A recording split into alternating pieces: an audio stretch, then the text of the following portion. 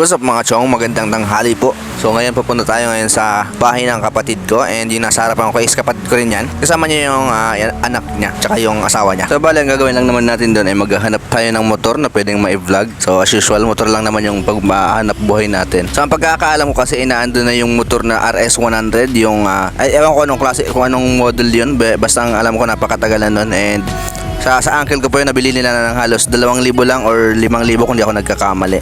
So nirestore yung ng bayaw ko, and ayun, running condition na ngayon mga chong, maganda na at malakas na yung hatak niya. So i-fast forward na natin mga chong para di na tayo masyadong matagalan. Let's go! So as you can see mga chong, ito na yung picture nung nabili nila. Ayan, lumang-luma na mga chong. Kumbaga isipin natin, for junk shop na to. Ayan, stock yan lahat mga chong, simula sa manibela, sa upuan, sa tangke, sa fender, sa gulong. So halos stock yan lahat, yan, kung makikita nyo. Ayan, pero kung di ako nagkakamali mga chong, yung rims na yan is sa akin yan, binigay ko sa kanila. So wala kasing rims yung harapan ng RS100 na yan. So ayan, naiuwi na nila sa bahay nila, and ito na yung unang andar ng motorsiklong ito mga chong. Pakinggan nyo po. Lita!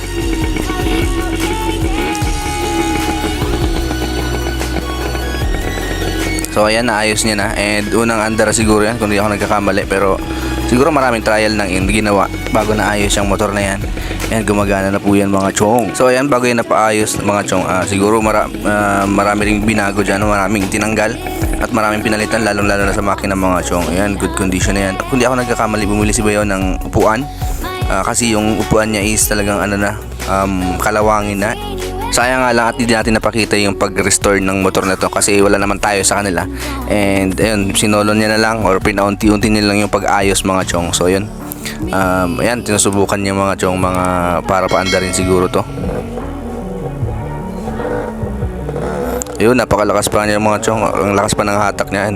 Umaangat pa siya kapag binibira. Binili na to ni ng kapatid ko kasi para memories na rin ng uncle ko, kasi yung yung uncle ko dyan, and yun yung pinakaunang motor niya talaga. So sobrang tagal na yan mga chong. Ginawa ng tricycle yan, sidecaran. So hanggang sa ayun, naging single ulit. So kumbaga ilang taon na lang magiging vintage na to mga chong. Sobrang mahal na yan kapag binili yan. So bihira na kasi yung mga ganyang motor, and kadalasan mga mga FI na yung mga motor ngayon, and bago na, hindi nakagaya ng mga dati.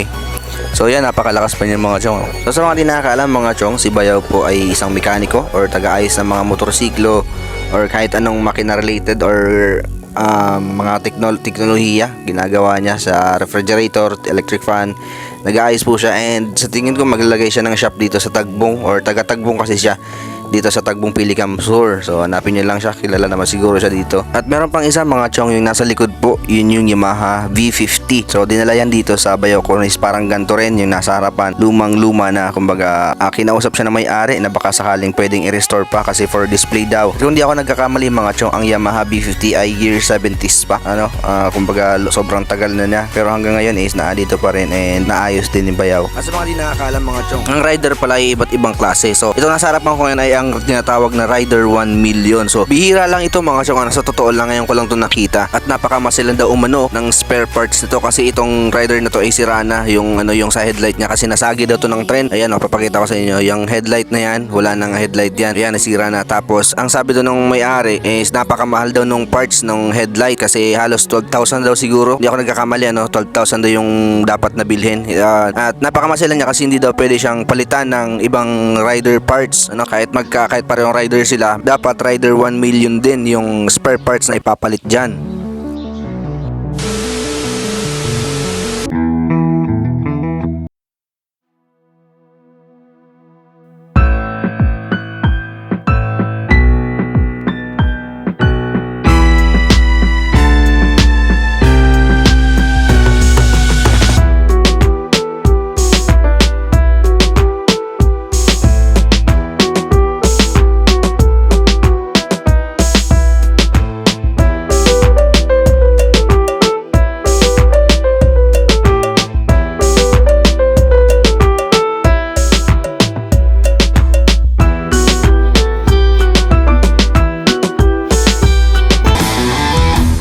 So ayun na nga, minontage lang natin ng konting-konti. And itong parts na to is doon to sa V50 mga chong, sa may unahan. So yun, cover niyan mga chong. At ito namang motor ko mga chong, hindi ko alam kung ano nangyari, pero tumumba to dito sa may part na to.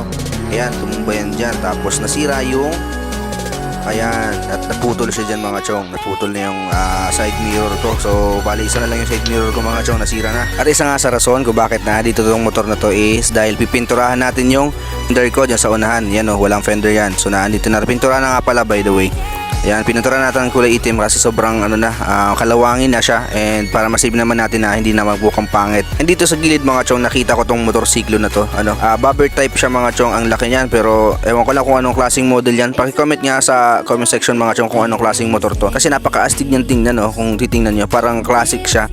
Big bike. By the way, 250cc ata to kung di ako nagkakamali, or 200cc. Napakaganda niya mga chong.